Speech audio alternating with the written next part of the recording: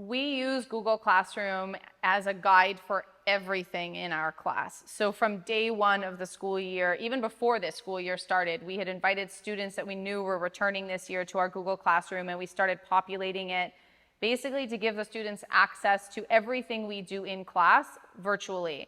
Not only so that they have two means of accessing it, both virtually and paper, because we will give them paper copies of things too, but also so that they can access that material whenever they want and whenever they need it. So a lot of our students are out on stage, they have doctor's appointments, they miss class for a multitude of reasons, or they just want to be able to go back and re-access that material at a later time. So it's there for them. Their parents can stay on top of everything that we're doing in class, and it just increases accessibility for our students.